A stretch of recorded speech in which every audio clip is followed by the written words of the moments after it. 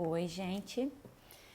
Bom, então essa semana, agora que nós já vimos a definição e como calcular algumas integrais complexas, nós vamos ver um pouco de teoria, certo? Então, nós observamos pelos exemplos da semana passada que ao calcular algumas integrais, algumas delas dependiam do caminho escolhido e outras não. Então, com esse primeiro resultado, a gente vai ver que essa dependência ou independência de caminhos está muito ligada ao fato de a função ter uma primitiva, ou como o livro chama, uma antiderivada em um domínio dado. Então, o primeiro resultado que nós temos é o seguinte teorema. Então, suponha que a gente tenha uma função complexa f contínua em um domínio D.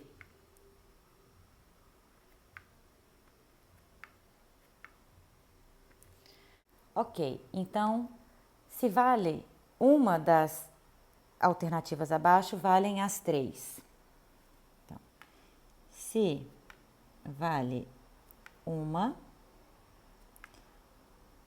das alternativas abaixo, valem todas. E são as seguintes. Então, primeira, f tem uma antiderivada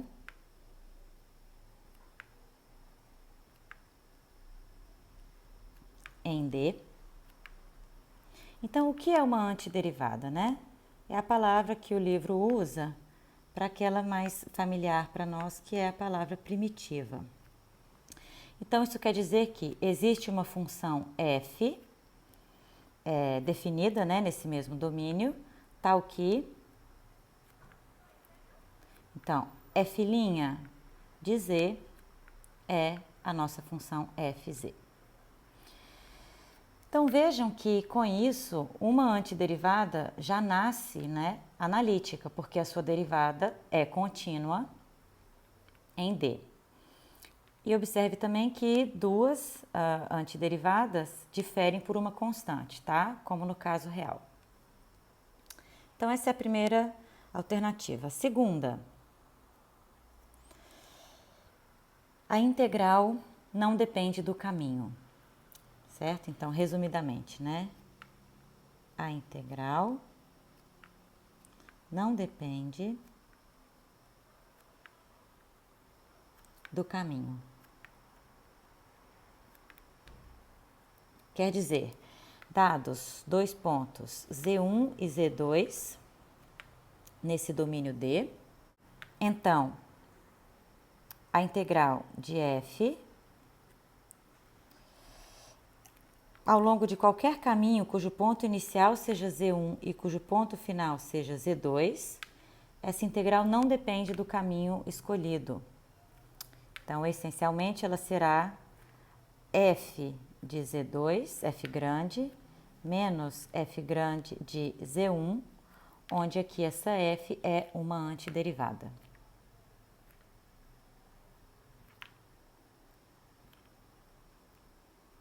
De fzinha. Tá? E por último, a integral de linha ao longo de qualquer caminho fechado que esteja inteiramente contido em D se anula. Certo? Então, a integral ao longo de qualquer caminho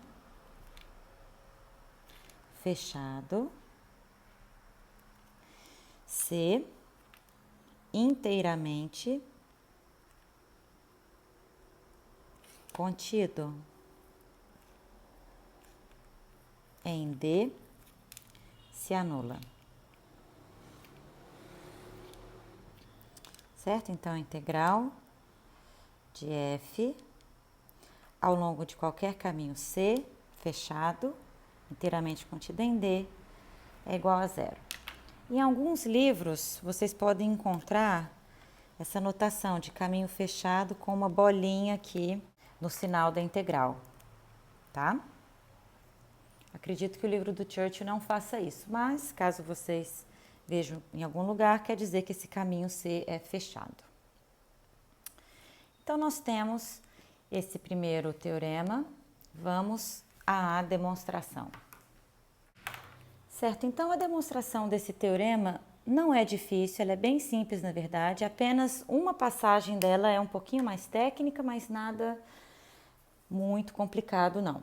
Então, primeiro, nós vamos começar demonstrando que A implica B. Isso é, demonstrando que se a nossa função f tem uma antiderivada, uma primitiva em D, então a integral não depende do caminho. Então, suponha que f grande de z seja uma antiderivada de fzinha.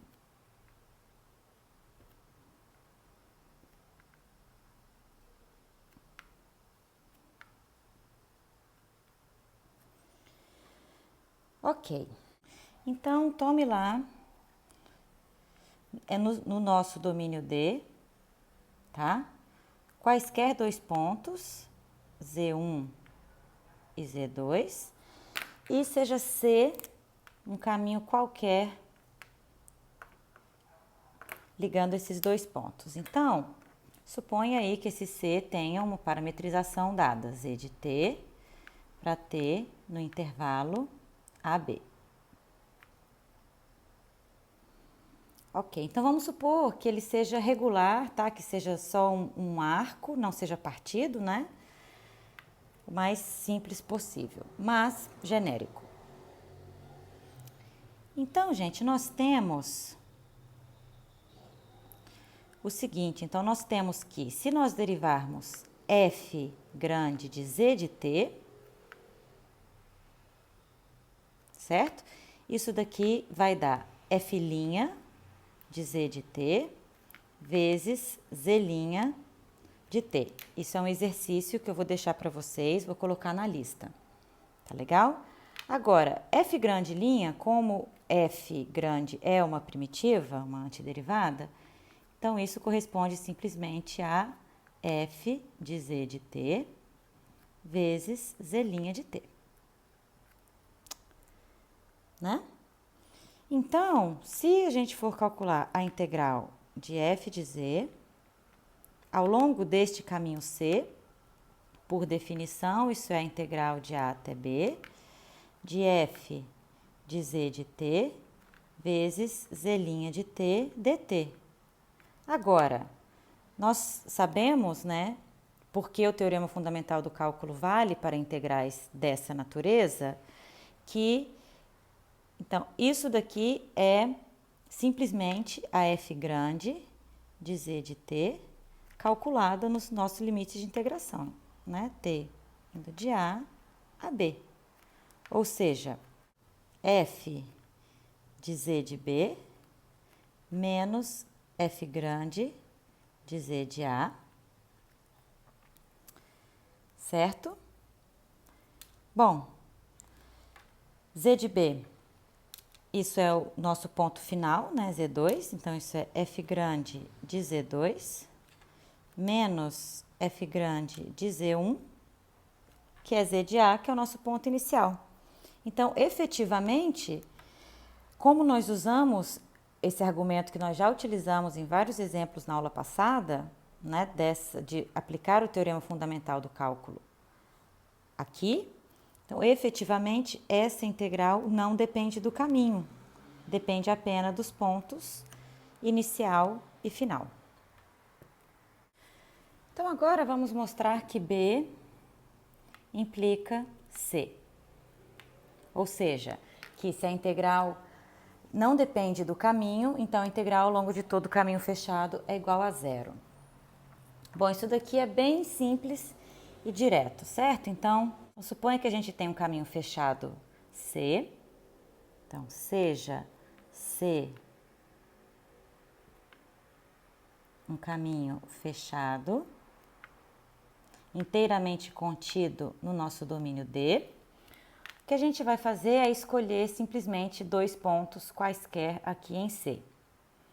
Então, sejam Z1, Z2 pontos quaisquer em C. Certo? Então,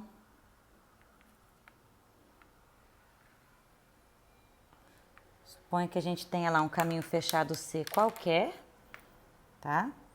Vou até imitar aqui o desenho do livro. Vou pegar um caminho que não é simples e escolhemos 2 pontos nesse caminho, ó, Z1, Z2.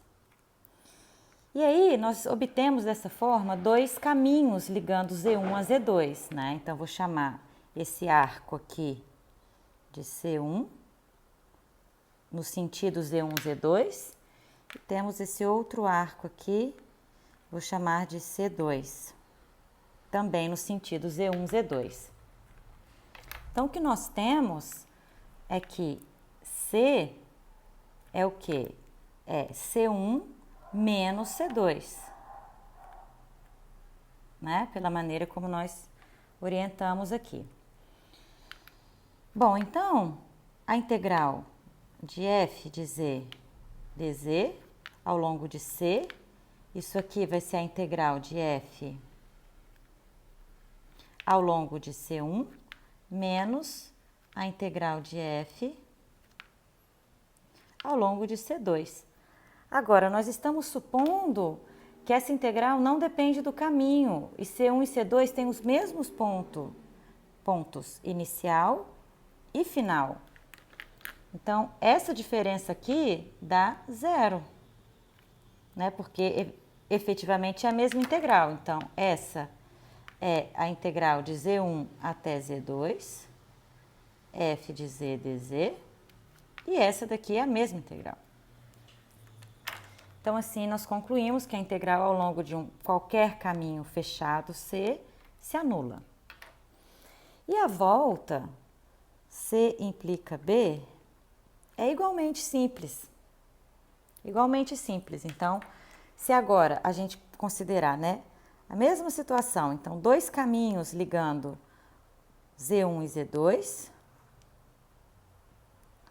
Então, C1, tá? E aqui, C2. Bom, novamente, nós podemos considerar o caminho fechado C, C1 menos C2, e supõe agora que a integral ao longo de qualquer caminho fechado se anula. Então, por hipótese, agora nós temos que a integral de f de z dz ao longo de C, isso aqui é igual a 0. E por outro lado, essa integral é exatamente a integral de f de z dz ao longo de C1 menos a integral de f de z dz ao longo de C2. Ou seja, são iguais essas duas integrais e, portanto, a integral não depende do caminho. Então, fica aí demonstrado que C implica B. E agora, para finalizar, a gente vai ver que B implica A, ou que B e C implicam A. Certo? Então, agora, para finalizar, nós vamos ver que B, bom, B ou C, tanto faz, né, implicam A. E essa é a parte mais técnica, mais delicada dessa demonstração. Então, nós vamos considerar o seguinte, ó, definimos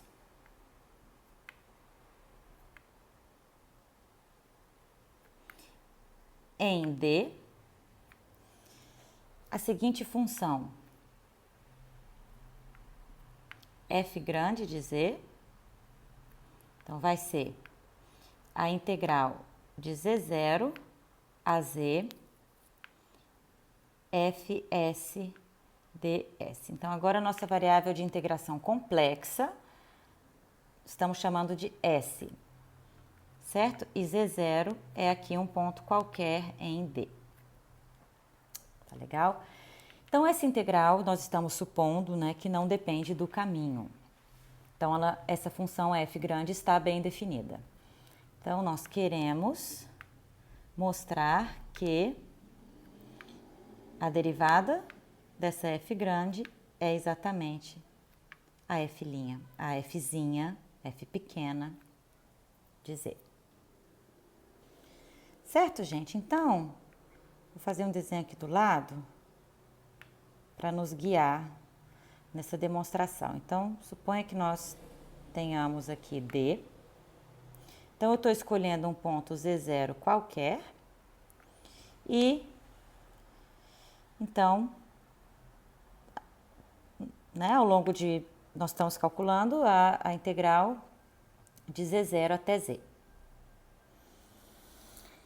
Então, o que a gente vai fazer? Ok, agora, seja ΔZ suficientemente pequeno, tá o quê?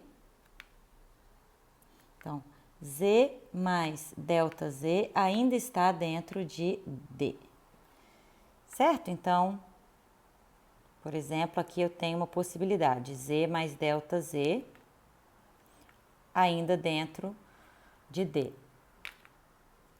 Tá legal? Então, o que nós temos? Ó, f grande de Z mais ΔZ menos f grande de Z.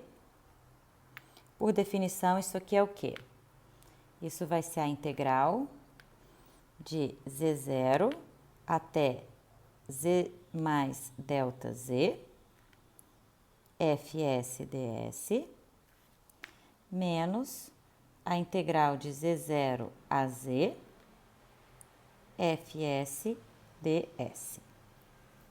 Ok, essa primeira integral, nós podemos expandir, né? Calcular a integral de Z0 a Z, fs ds, mais a integral de Z até Z mais ΔZ, fs ds, menos essa integral de cá. Então, essas duas se cancelam. A única coisa que sobra aqui é, portanto, a integral de Z a Z mais ΔZ. fs ds. Então, agora aqui a gente começa a fazer uns certos truques de manipulação para chegar onde nós queremos, né? Então, olha só, veja aqui a integral de Z até Z mais ΔZ ds. Então, aqui a minha função é 1, né? Isso daqui é o quê? É Z mais ΔZ menos Z, certo? Que dá ΔZ. Ok. Então, se eu multiplicar os dois lados dessa igualdade agora, né? Por f de z, nós obtemos, ó, que a integral de z até z mais ΔZ, fz ds, é a mesma coisa que fz vezes ΔZ. Certo? Então, agora nós vamos fazer o seguinte, gente, nós vamos juntar essas duas igualdades daqui, olha. Então, eu vou subtrair, na verdade. Eu vou subtrair, fazer a de cima menos a de baixo. Então, olha, do lado esquerdo, eu vou ficar com f de z mais ΔZ menos fz menos fzinho ΔZ, tá? Do lado direito, eu vou fazer essa integral menos essa daqui. Como elas têm os mesmos limites de integração, eu posso colocar tudo dentro da mesma integral. Então, eu fico com integral de z até z mais ΔZ do que fs menos fz ds, tá? E agora o que a gente faz? A gente divide essa igualdade por ΔZ. Então, ao fazer isso, esse ΔZ vem aqui para baixo, esse daqui desaparece, e do lado de cá, vou escrever 1 sobre ΔZ. Então, nós obtemos essa igualdade aqui. Então, vejam que do lado esquerdo, a gente já está preparando o terreno para depois tomar um limite quando ΔZ tende a zero, né? Então, nós vamos justamente obter que a derivada da f grande é a f pequena. Tá legal? Então, agora o que a gente vai fazer é tomar módulos das coisas, usar aquele lema técnico e ver o que a gente encontra, tá? Então, vamos lá. Certo, gente? Então, o que a gente tinha acabado de concluir? Então, tínhamos concluído que f de z mais ΔZ menos f grande de z dividido por ΔZ menos fzinho de z, isso é igual a 1 sobre ΔZ vezes a integral de z a z mais ΔZ, fs menos fz ds. Então, o módulo disso daqui é igual ao quê? Ao módulo dessa coisa toda, né? Que a gente pode separar, então, em 1 sobre o módulo de z vezes o módulo da integral. Bom, nós sabemos, por causa do lema técnico, tá? Que isso é menor ou igual a 1 sobre o módulo de ΔZ, que multiplica a integral do módulo de fs menos fz ds. E aqui, integral de z a z mais ΔZ. Certo? Então, aqui vai entrar a hipótese de continuidade da f, né? Por hipótese do teorema, a f é contínua no domínio D. Então, o que isso quer dizer? Isso quer dizer, vou escrever aqui no cantinho, então, f contínua em D significa que dado, né, um epsilon, existe um delta, tal que, então, módulo de fs menos fz, isso é menor que epsilon, desde que, então, o módulo de S menos Z seja menor que delta. Isso daqui é o mesmo que dizer que o módulo de ΔZ também é menor que esse delta, né? A gente só está escrevendo um pouquinho diferente, mas é a mesma coisa. Então, o que nós obtemos com isso? Bom, então, aqui isso vai ser estritamente menor, porque por causa desse sinal de menor aqui, que 1 sobre módulo de ΔZ. Bom, então vai ficar a integral de z até z mais ΔZ. Esse cara é menor que epsilon, né? Vezes ds. Então, esse epsilon eu posso colocar para fora dessa integral. Então, agora, essa integral aqui, bom, isso aqui, gente, é o comprimento que vai de z até z mais ΔZ. Então, não há perda de generalidade de a gente supor que aqui nós estamos indo ao longo de um segmento de reta, tá? Quando a gente faz esse incremento aqui de ΔZ. Então, o comprimento desse segmento é justamente o módulo de ΔZ. Então, isso corresponde exatamente ao módulo de ΔZ. Então, isso daqui fica 1 sobre módulo de ΔZ vezes epsilon, vezes o módulo de ΔZ, que, portanto, cancela. Logo, conclusão, concluímos que o módulo de f de z mais ΔZ menos f grande z sobre ΔZ menos Fz, isso é menor que epsilon, desde que se tenha aqui, né, pontos suficientemente próximos do z, que eu estou chamando ora de z mais delta z, ora de s.